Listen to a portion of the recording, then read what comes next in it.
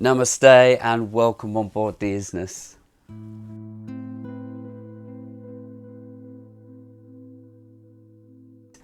Metamorphosis.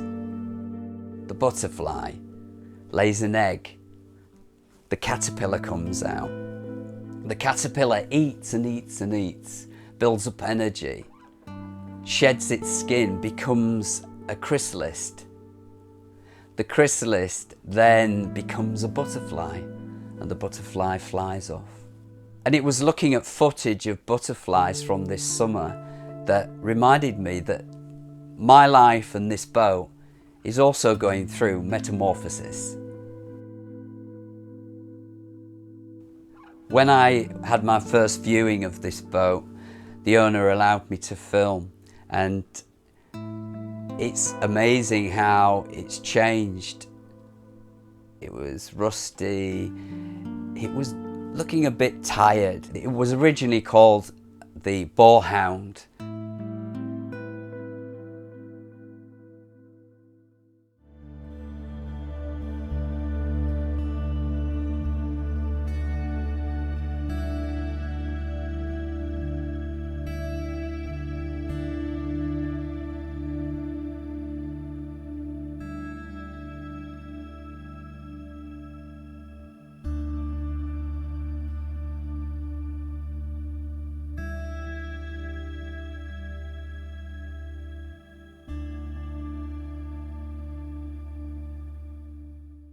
It's quite an exciting thing, getting your own boat and then having that key in your hand, putting it in the lock and going in the boat for the first time.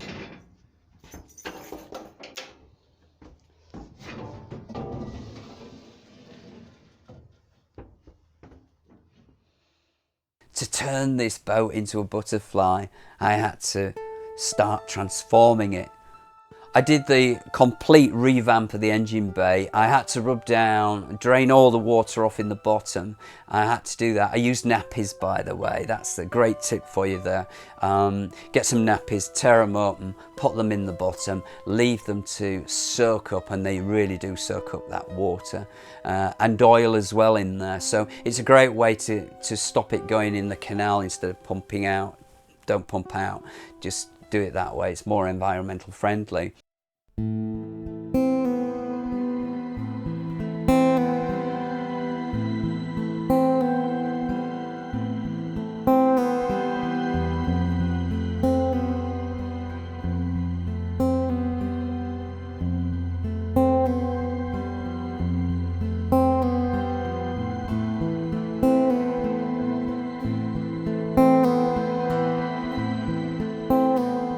That was my priority, was get the engine bay done first.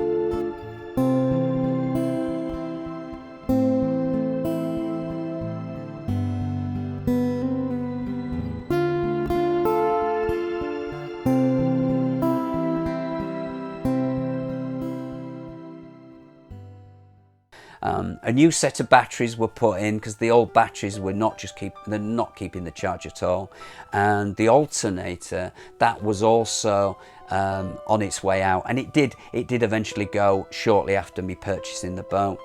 That was a little bit of a big expense to pay out, but it was worth it because, you know, and a service too. I serviced the engine, and you know, I learned to service my own engine. YouTube, as you're watching now, is a great place for finding out how to do everything yourself, your own DIY.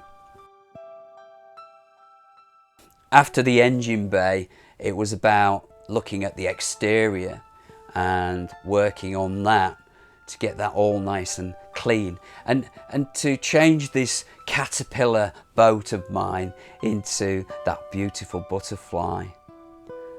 And how I did that was to rub down the complete boat and repaint it.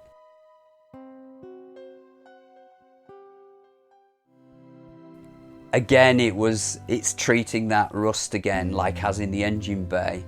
And once you treated that, then you can rub it down again and then prime it and undercoat it and then put the gloss on.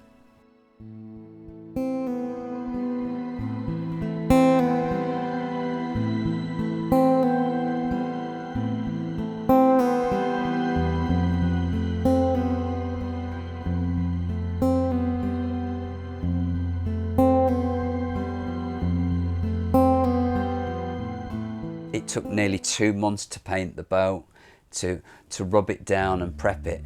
But I was very, very lucky because I did this in a heat wave. We had a beautiful heat wave. Now, how do you put paint on hot narrowboat? Well, I started early in the morning.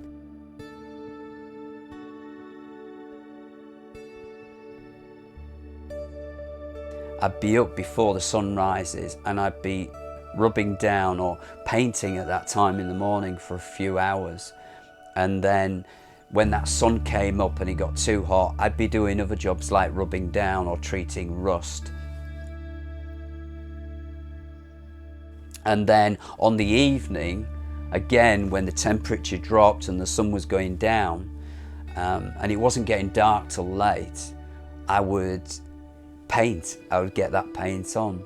Day by day, you know, as the boat was changing, it was becoming that beautiful butterfly that I dreamed of.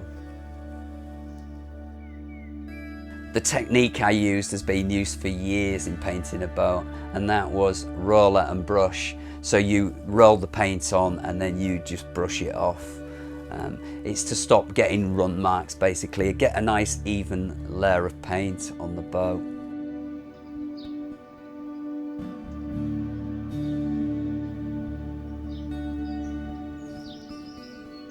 But it's incredible as well because I spent that much time and passion that sometimes I forgot to eat, and I actually lost a lot of weight.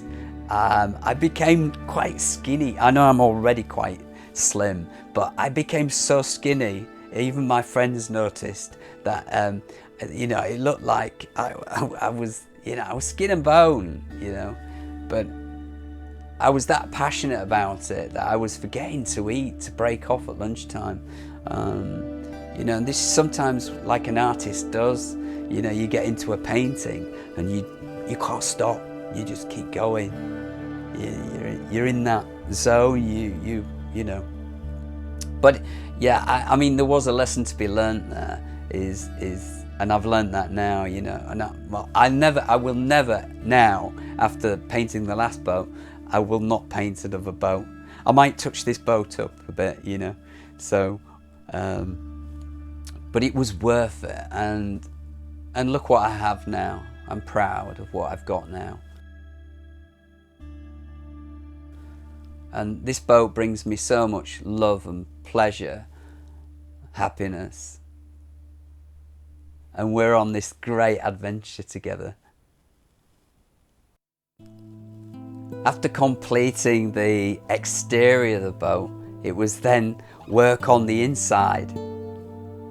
And I haven't really changed much on the inside of the boat. It's still got some of its lovely features like the maple wood and the chunky shelves, which were created by the original owner who had this boat from new, as shell. He was a bit of a carpenter and a welder into metal fabrication, so he created some nice little shelf units and these tables, one in front of me at the moment that you'll see, and a bit of wood and a bit of metal, but they look really cool on the boat, so I've kept them. I've not really changed much of the interior, apart from just repaint, emulsion the bottom of the walls and the units, and the back bedroom's got some emulsion on the back wall. The only difference is I brought in my own personal things, like the plants. I just love plants. It's bringing nature indoors.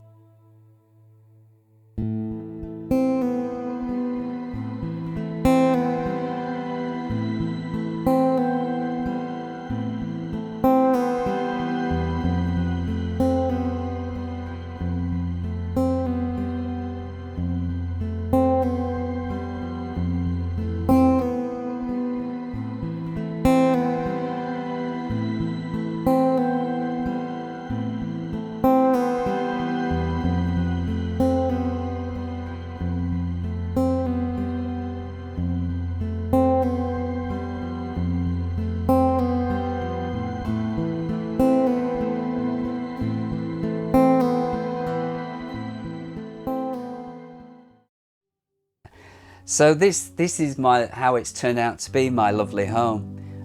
Transformed it into my beautiful butterfly, and it's about life as well. Is like metamorphosis is also about life. We change, we transform, and one of the greatest things for me is my transformation of who I was and who I am now. I'm still physically that same person that you see, but inside I've changed. I'm a different person to who I was all them years ago. And I'm still changing, and that will still go on.